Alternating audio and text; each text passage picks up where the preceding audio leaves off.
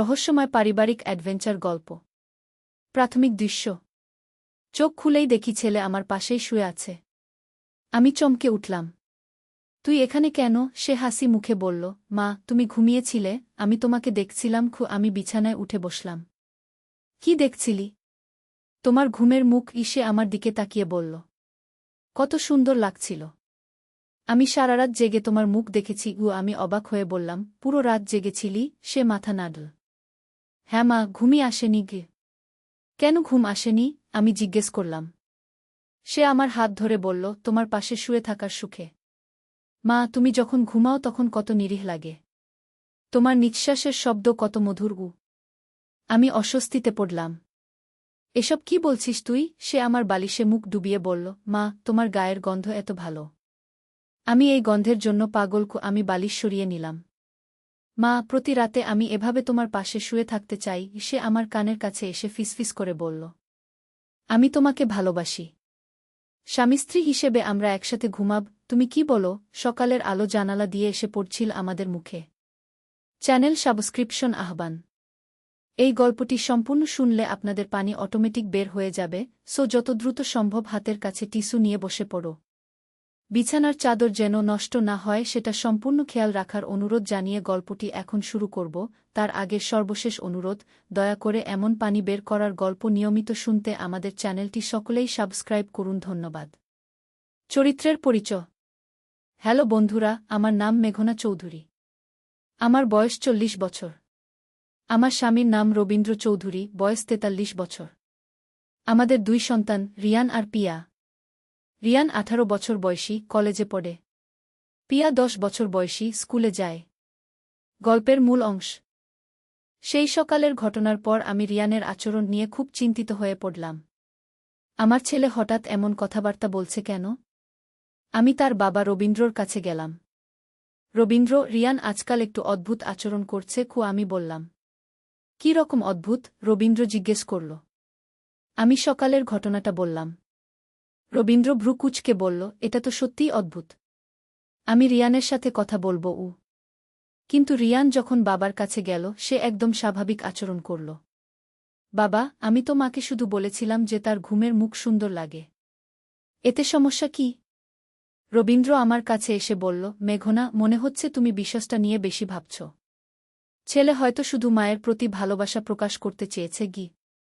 কিন্তু আমার মন মানছিল না। রাতে যখন আমি ঘুমাতে গেলাম তখন আবার রিয়ান আমার ঘরে এলো। মা, আমি তোমার পাশে শুতে পারি? না রিয়ান, তুমি তোমার ঘরে গিয়ে ঘুমাও। আমি দৃঢ়ভাবে বললাম। কিন্তু মা, আমার একা একা ভয় লাগে। যদি কোনো ভূত এসে যায়?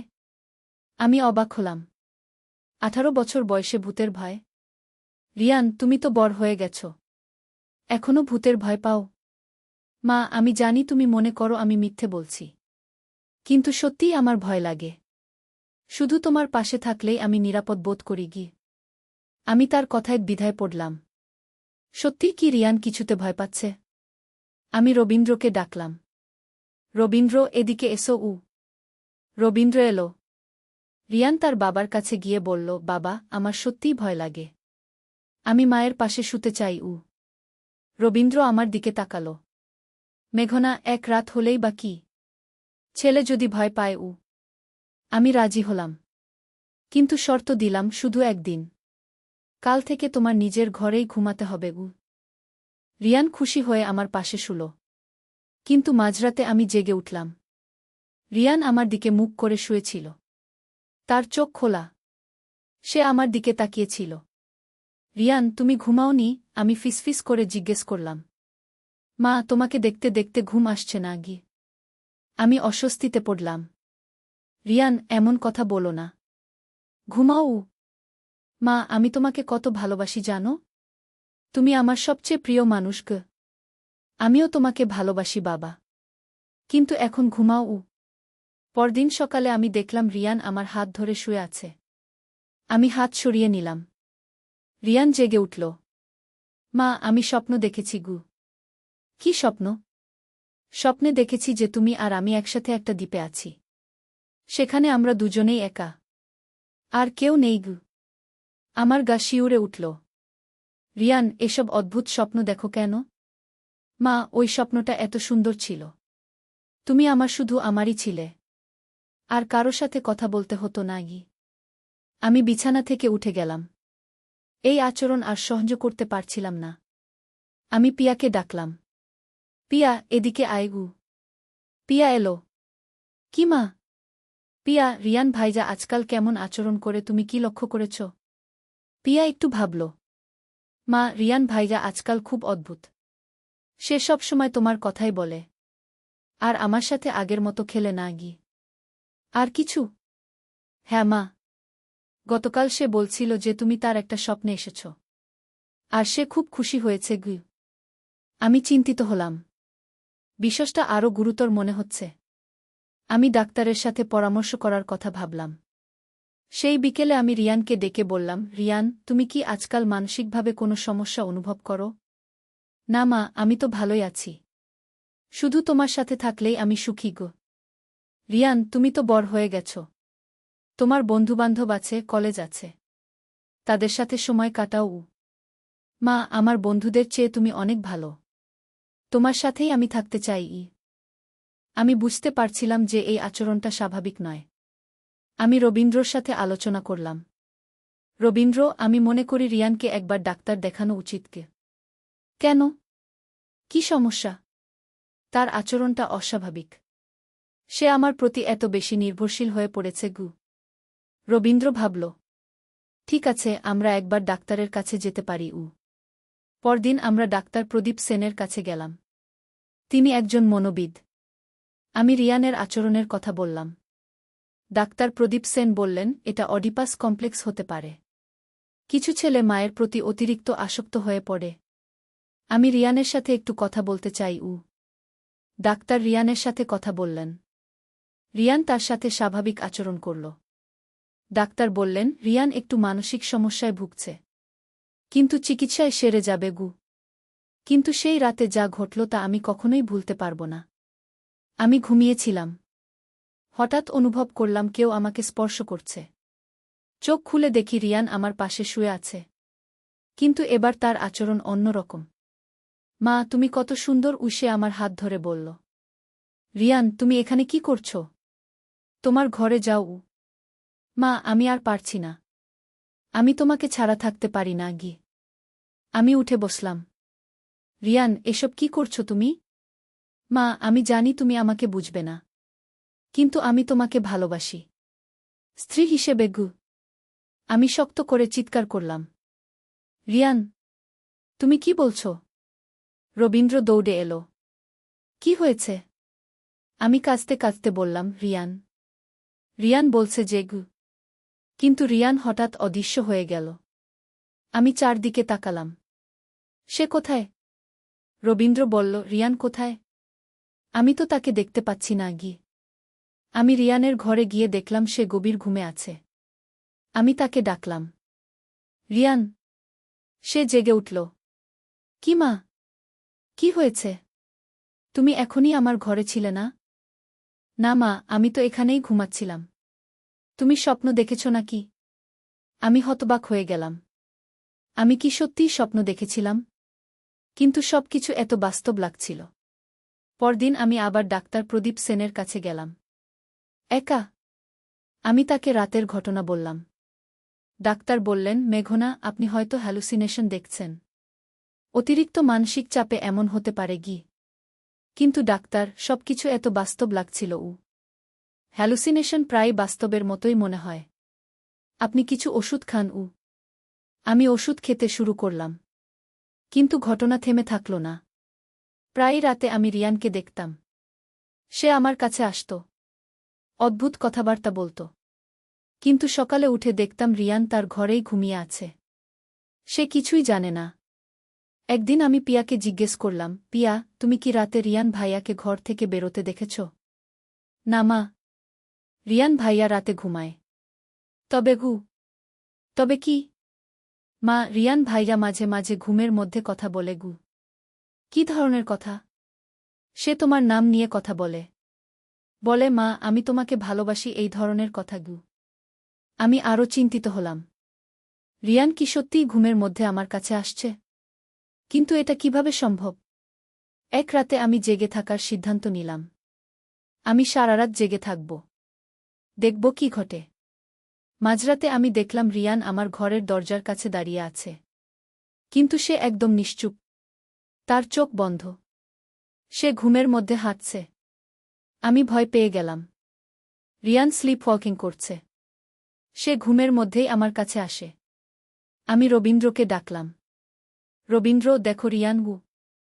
রবীন্দ্র উঠে তাকাল। রিয়ান আস্তে আস্তে আমার বিছানার দিকে এগিয়ে আসছে। তার চোখ বন্ধ। রবীন্দ্র রিয়ানকে ধরে তার ঘরে নিয়ে গেল। রিয়ানের ঘুম ভাঙল না। পরদিন সকালে রিয়ান কিছুই মনে করতে পারল না। মা, গতরাতে কি হয়েছিল? বাবা কেন আমাকে ধরে নিয়ে গিয়েছিল? আমি বললাম, তুমি ঘুমের মধ্যে হাঁটছিলে গু। সত্যি? আমি তো জানতামই না যে আমার এই সমস্যা আছে গি। আমরা আবার ডাক্তারের কাছে গেলাম। ডাক্তার বললেন, এটা স্লিপ ওয়াকিং ডিসঅর্ডার। চিকিৎসায় ভালো হয়ে যাবে। ডাক্তার রিয়ানের জন্য কিছু ওষুধ দিলেন। সেই ওষুধ খাওয়ার পর রিয়ানের স্লিপ ওয়াকিং বন্ধ হয়ে গেল। কিন্তু তার আচরণে কোনো পরিবর্তন হল না। সে এখনও আমার প্রতি অতিরিক্ত আসক্ত। একদিন আমি রিয়ানের সাথে খোলাখুলি কথা বলার সিদ্ধান্ত নিলাম। রিয়ান, আমি তোমার সাথে গুরুত্বপূর্ণ একটা কথা বলতে চাই। বলো মাগি। রিয়ান, তুমি এখন বড় হয়ে গেছ। তোমার উচিত নিজের জীবন নিয়ে ভাবা। বিয়েশাদী করা। রিয়ানের মুখ খারাপ হয়ে গেল। মা, আমি বিয়েশাদী করব না। আমার তুমিই যথেষ্ট। রিয়ান, এটা ঠিক নয়। একজন পুরুষের উচিত স্ত্রী নেওয়া, সংসার করা। মা, আমি তোমাকে ছাড়া কারো সাথে সংসার করতে পারব না। আমি বুঝতে পারছিলাম যে রিয়ানের সমস্যা আরও গভীর। আমি মনোবিদের পরামর্শে রিয়ানকে থেরাপি করাতে শুরু করলাম। থেরাপিস্ট ডাক্তার রীতা ঘোষ রিয়ানের সাথে নিয়মিত সেশন করতেন। কয়েক মাস পর তিনি আমাকে বললেন, রিয়ানের অবস্থার উন্নতি হচ্ছে। কিন্তু এটা একটা দীর্ঘমেয়াদী চিকিৎসা। ধীরে ধীরে রিয়ানের আচরণে পরিবর্তন আসতে শুরু করল। সে আর আগের মতো আমার প্রতি অতিরিক্ত আসক্ত নয়। সে তার বন্ধুদের সাথে সময় কাটাতে শুরু করল। একদিন রিয়ান আমার কাছে এসে বলল, মা, আমি দুঃখিত। আমি জানি আমার আচরণে তুমি কষ্ট পেয়েছ। আমি তার মাথায় হাত দিয়ে বললাম, রিয়ান, তুমি আমার ছেলে। তোমার কোনো দোষ নেই। তুমি অসুস্থ ছিলে। মা, আমি এখন বুঝতে পারি যে আমার আচরণটা ঠিক ছিল না। আমি চেষ্টা করব একজন ভালো ছেলে হতে। আমি খুশি হলাম। আমার ছেলে সুস্থ হয়ে উঠছে। কয়েক মাস পর রিয়ান কলেজে একটি মেয়ের সাথে বন্ধুত্ব করল। তার নাম নীলা। সে আমার কাছে এসে বলল, মা, আমি নীলাকে ভালোবাসি। তার সাথে বিয়ে করতে চাই। আমি খুশি হয়ে বললাম, রিয়ান, এটা খুব ভালো খবর। তুমি নীলাকে বাড়িতে নিয়ে আসো। নীলা খুব ভালো মেয়ে। সে রিয়ানকে বুঝে নেয়। তারা দুজনে একসাথে খুব সুখী। 1 বছর পর রিয়ান আর নীলার বিয়ে হল। আমি খুব খুশি ছিলাম। আমার ছেলে এখন সুস্থ স্বাভাবিক জীবনযাত্রা শুরু করেছে। কিন্তু বিয়ের কিছুদিন পর একটা অদ্ভুত ঘটনা ঘটল। নীলা একদিন আমার কাছে এসে বলল, মা, আমি একটা কথা বলবো। হ্যাঁ, বলো। মা, রিয়ান রাতে ঘুমের মধ্যে অদ্ভুত কথা বলে। আমার হার্টবিট বেড়ে গেল। কি ধরনের কথা? সে তোমার নাম নিয়ে কথা বলে। বলে, মা, আমি তোমাকে ভালোবাসি, আর কখনো কখনো বলে, মা, আমি তোমার কাছে আসতে চাই। আমি বুঝতে পারলাম যে রিয়ানের সমস্যা পুরোপুরি সেরে যায়নি। সে এখনও অবচেতন মনে আমার প্রতি আসক্ত। আমি নীলাকে বললাম, নীলা, তুমি চিন্তা করো না। এটা একটা মানসিক সমস্যা। চিকিৎসায় ভালো হয়ে যাবে। কিন্তু আসল রহস্য তখনও উন্মোচিত হয়নি। একদিন পিয়া আমার কাছে এসে বলল, মা, আমি তোমাকে একটা গোপন কথা বলবো। কি কথা? মা, রিয়ান ভাইয়ার সমস্যাটা আসলে অন্য কিছু। কি মানে? মা, আমি একটা ডায়েরি পেয়েছি। রিয়ান ভাইয়ার ডায়েরি। পিয়া আমাকে একটা ডায়েরি দিল। আমি সেটা খুলে পড়তে শুরু করলাম। ডায়েরিতে লেখা ছিল, আজ আমি একটা অদ্ভুত স্বপ্ন দেখেছি। স্বপ্নে দেখলাম যে আমি আর আমার মা একটা জঙ্গলে আছি। সেখানে একটা পুরনো প্রাসাদ। আমরা সেই প্রাসাদে ঢুকলাম। সেখানে একটা রহস্যময় বই আছে। বইটা খুলতেই আমার মনে হলো যে আমি মাকে অন্যভাবে ভালোবাসি। আমি আরও পড়লাম। আজ আবার সেই স্বপ্ন দেখলাম। এবার দেখলাম যে সেই রহস্যময় বইতে একটা মন্ত্র লেখা আছে। মন্ত্রটা পড়তেই আমার মনে হলো যে মা আমার স্ত্রী হতে পারে গু। আমি ভয় পেয়ে গেলাম। রিয়ানের এই অস্বাভাবিক চিন্তাভাবনার কারণ কি এই রহস্যময় স্বপ্ন? আমি ডায়েরির শেষ পাতাটা পড়লাম। আজ আমি বুঝতে পেরেছি যে এই স্বপ্নগুলো আসলে স্বপ্ন নয়। এগুলো সত্যি ঘটনা। আমি যখন ঘুমাই তখন আমার আত্মা শরীর ছেড়ে বেরিয়ে যায়। আমি সত্যিই একটা জঙ্গলে যাই। সেখানে একটা জাদুকর আছে। সে আমার মনে এই চিন্তাগুলো ঢুকিয়ে দিচ্ছে গি। আমি হতবাক হয়ে গেলাম। রিয়ান কি সত্যিই কোনো অলৌকিক শক্তির প্রভাবে পড়েছে? আমি সিদ্ধান্ত নিলাম যে আমাকে এই রহস্যের সমাধান করতে হবে। আমি একজন তান্ত্রিকের কাছে গেলাম। তার নাম ছিল বিমল বাবা। বিমল বাবা রিয়ানের ডায়েরি পড়ে বললেন, এটা একটা আত্মিক সমস্যা।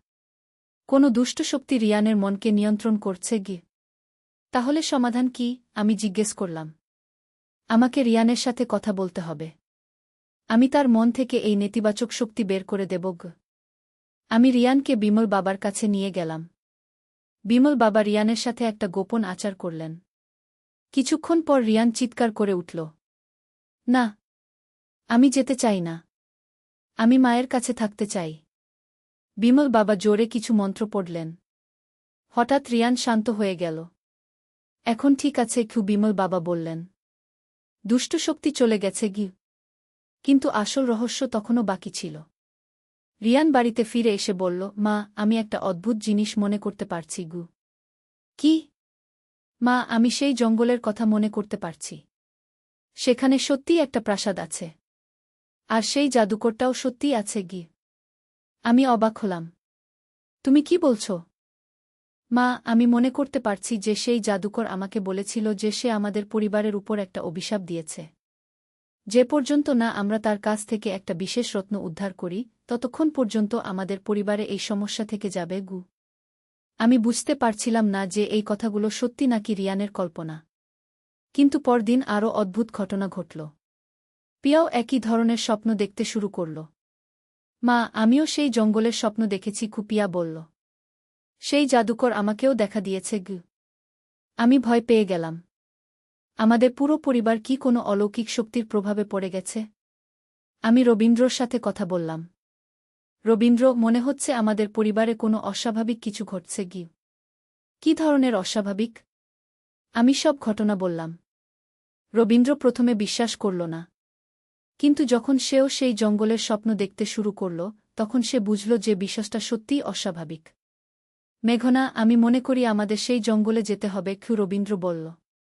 কিন্তু সেই জঙ্গল কোথায়? আদৌ কি সেটার অস্তিত্ব আছে? আমি ইন্টারনেটে সার্চ করেছি। আমাদের শহরের কাছেই একটা পুরনো জঙ্গল আছে, যেটার নাম কালো জঙ্গল। সেখানে নাকি একটা পুরনো প্রাসাদ আছে গু। আমি অবাক হলাম। সত্যি? হ্যাঁ। আমি মনে করি আমরা সবাই মিলে সেখানে যেতে পারি। আমি দ্বিধায় ছিলাম। কিন্তু অন্য কোনো উপায় না দেখে আমরা সবাই একসাথে সেই জঙ্গলে যাওয়ার সিদ্ধান্ত নিলাম। পরদিন সকালে আমরা চারজন, আমি, রবীন্দ্র, রিয়ান আর পিয়া, গাড়িতে করে কালো জঙ্গলের দিকে রওনা দিলাম। জঙ্গলটা সত্যিই ভয়ানক জায়গা। চারদিকে ঘন গাছপালা। সূর্যের আলো পর্যন্ত ভালো করে ঢোকে না। আমরা জঙ্গলের ভিতরে প্রায় 1 ঘন্টা হাঁটার পর একটা পুরনো প্রাসাদ দেখতে পেলাম। প্রাসাদটা দেখতে অবিকল রিয়ানের স্বপ্নের মতোই। মা, এই তো সেই প্রাসাদ, রিয়ান উত্তেজিত হয়ে বলল। আমরা প্রাসাদের ভিতরে ঢুকলাম। ভিতরে সব অন্ধকার। কিন্তু মাঝখানে একটা বড় হোল ঘর। সেখানে একটা মানুষ বসে আছে। লোকটা আমাদের দেখে হাসল। আহা, তোমরা এসে গেছ। আমি জানতাম তোমরা আসবে গু। আপনি কে? রবীন্দ্র জিজ্ঞেস করল। আমি এই প্রাসাদের রক্ষক। তোমাদের পরিবারের উপর যে অভিশাপ দিয়েছিলাম সেটা আমিই গু। আমি ভয় পেয়ে গেলাম। কেন আমাদের উপর অভিশাপ দিয়েছেন? কারণ তোমাদের পূর্বপুরুষ আমার কাছ থেকে একটা মূল্যবান রত্ন চুরি করেছিল। সেই প্রতিশোধ গু। কিন্তু আমরা তো কিছু জানি না গি। তোমরা না জানলেও তোমাদের পরিবারের পাপের ফল তোমাদের ভোগ করতে হবে গু। রিয়ান এগিয়ে গিয়ে বলল, আপনি আমার মনে যে চিন্তাগুলো ঢুকিয়ে দিয়েছিলেন সেগুলো কেন? জাদুকর হেসে বলল, কারণ আমি চেয়েছিলাম যে তোমাদের পরিবার ভেঙে যাক। মাছেলের মধ্যে অস্বাভাবিক সম্পর্ক তৈরি করে তোমাদের পরিবারকে ধ্বংস করে দিতে চেয়েছিলাম গু। আমি রাগে ফেটে পড়লাম। আপনি এমন নিষ্ঠুর কেন? এটাই আমার প্রতিশোধ। তাহলে এই অভিশাপ থেকে মুক্তির উপায় কি? রবীন্দ্র জিজ্ঞেস করল। যদি তোমরা আমার কাছ থেকে সেই চুরি যাওয়া রত্ন ফিরিয়ে দিতে পারো, তাহলে অভিশাপ কেটে যাবে গু। কিন্তু সেই রত্ন কোথায়? তোমাদের পুরনো বাড়িতে। তোমাদের দাদুর আমলের বাড়িতে গু। আমি বুঝলাম। আমাদের পুরনো বাড়ি যেটা এখন আমাদের কাছে নেই। সেটা বিক্রি করে দিয়েছিলাম অনেক আগে। কিন্তু সেই বাড়ি তো আমাদের আর নেই কি? আমি বললাম। তাহলে তোমাদের অভিশাপ থেকে মুক্তি নেই কি? জাদুকর হেসে বলল। কিন্তু পিয়া হঠাৎ বলল, মা, আমি জানি সেই রত্ন কোথায় গু। আমি অবাক হলাম। তুমি জানো? হ্যাঁ মা। দাদুর একটা পুরনো ট্রাঙ্ক আছে। সেখানে অনেক পুরনো জিনিসপত্র আছে। তার মধ্যে একটা লাল রত্ন আছে। আমি ছোটবেলায় দেখেছি গু। জাদুকর চমকে গেল। সেটাই সেই রত্ন। আমরা সবাই খুশি হলাম। আমরা বাড়িতে ফিরে গিয়ে দাদুর ট্রাঙ্ক খুলে দেখলাম। সত্যিই সেখানে একটা লাল রত্ন আছে। আমরা আবার জঙ্গলে গিয়ে জাদুকরকে রত্নটা দিলাম। জাদুকর রত্ন নিয়ে বলল, এখন তোমাদের অভিশাপ কেটে গেছে। তোমাদের পরিবার আর কোনো সমস্যার মুখে পড়বে না গি। সত্যিই সেই দিন থেকে রিয়ানের আর কোনো অস্বাভাবিক আচরণ নেই। সে স্বাভাবিক জীবনযাত্রায় ফিরে এসেছে। নীলার সাথে তার সংসার খুব সুখের। 1 বছর পর তাদের একটা সন্তান হল। পিয়াও এখন বড় হয়ে উঠেছে।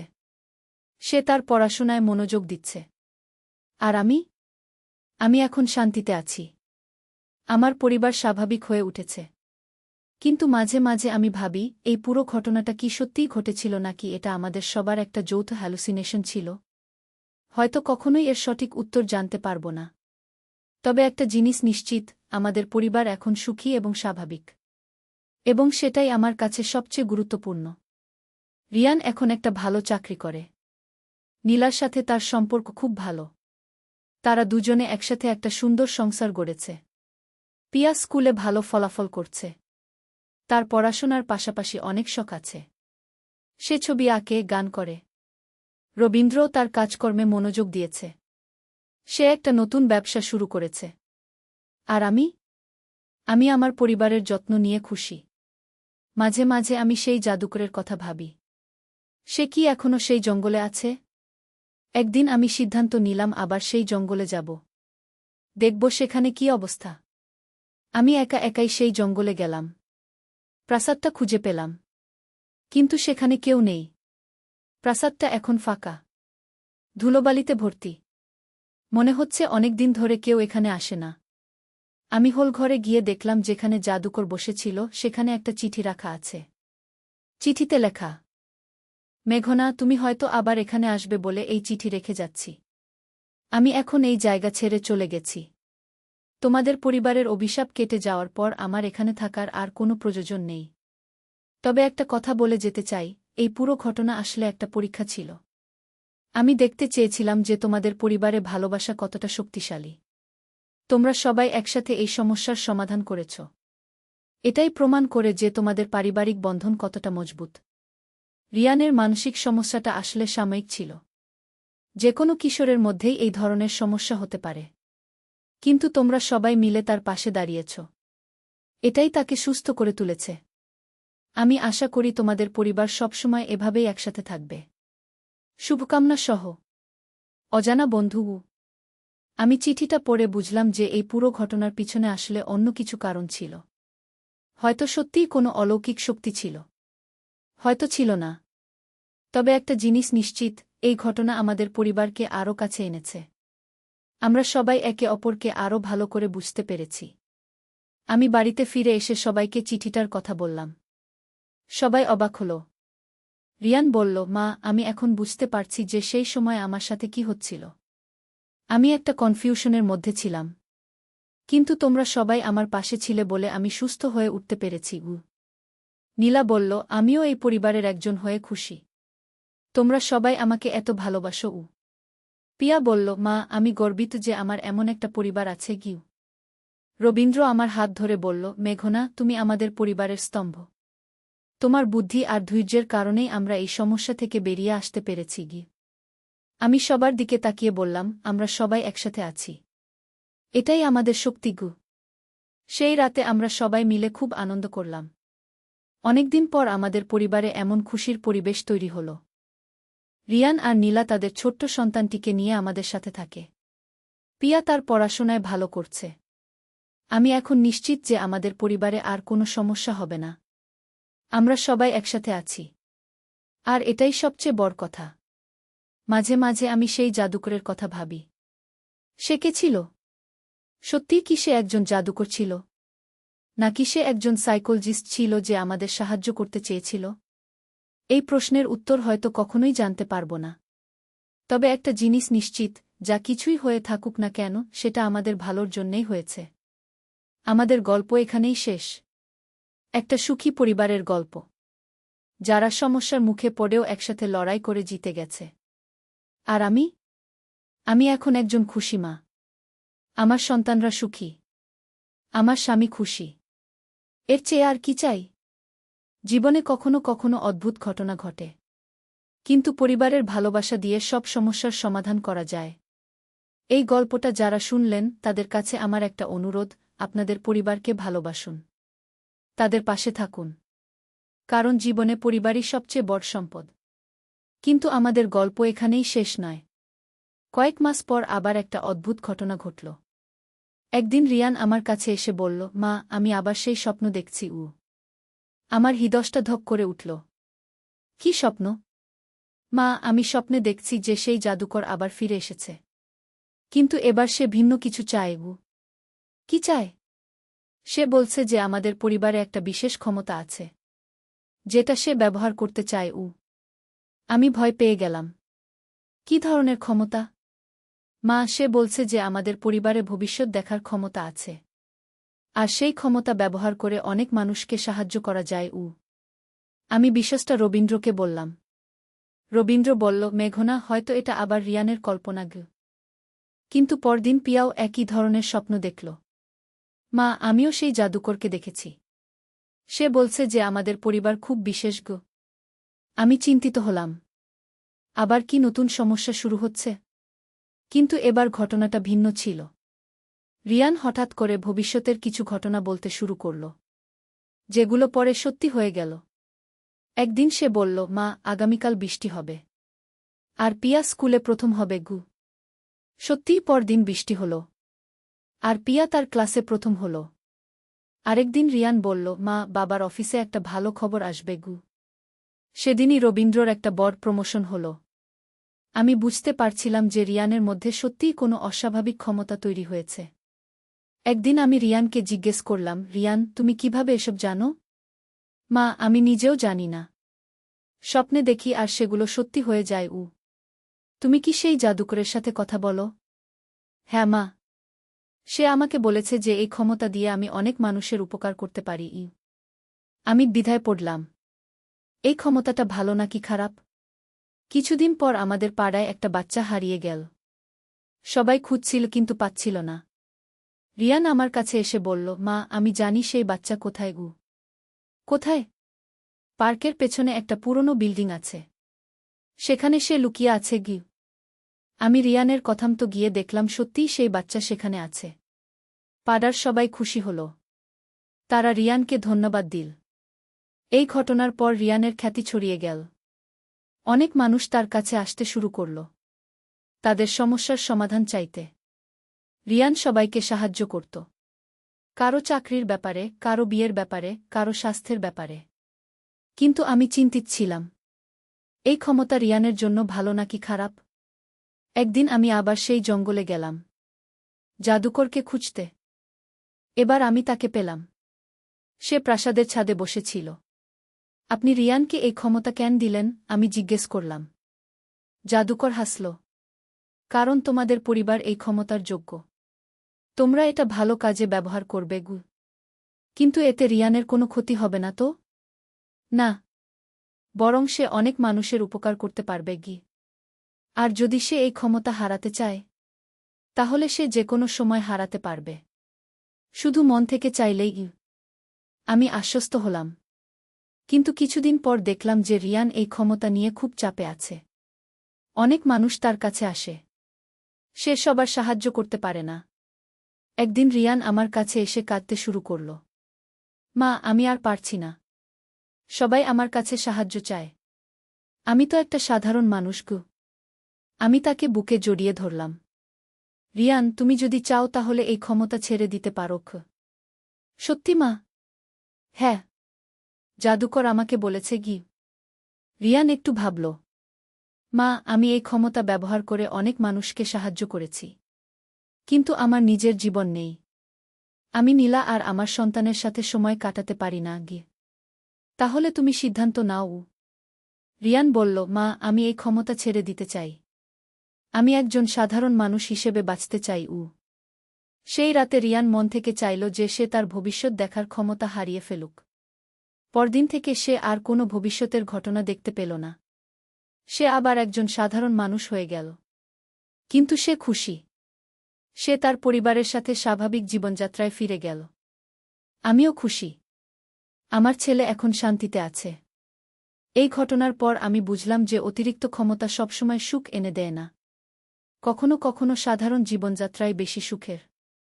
রিয়ান এখন তার চাকরি নিয়ে ব্যস্ত। নীলা আর তাদের সন্তানের সাথে সুখে আছে। পিয়া বড় হয়েছে। সে এখন কলেজে ভর্তি হয়েছে। রবীন্দ্র তার ব্যবসায় মনোযোগ দিয়েছে। আর আমি আমার পরিবারের সুখ দেখে খুশি। মাঝে মাঝে আমি ভাবি, এই পুরো অভিজ্ঞতাটা আমাদের কি শিখিয়েছে?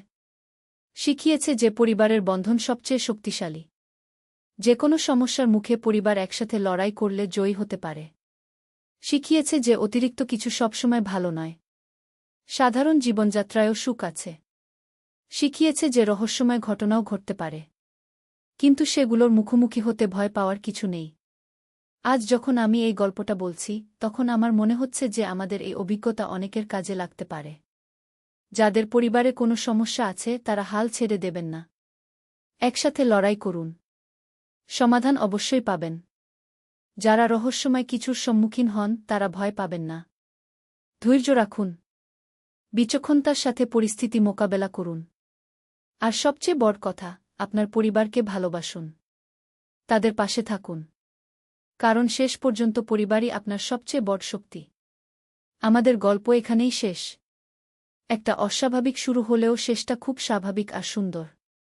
রিয়ান এখন একজন ভালো স্বামী আর বাবা। নীলা একজন আদর্শ স্ত্রী আর মা। তাদের সন্তান সুস্থ আর সুন্দর। পিয়া তার পড়াশোনায় ভালো করছে। সে একদিন একজন ভালো মানুষ হবে। রবীন্দ্র একজন সফল ব্যবসায়ী।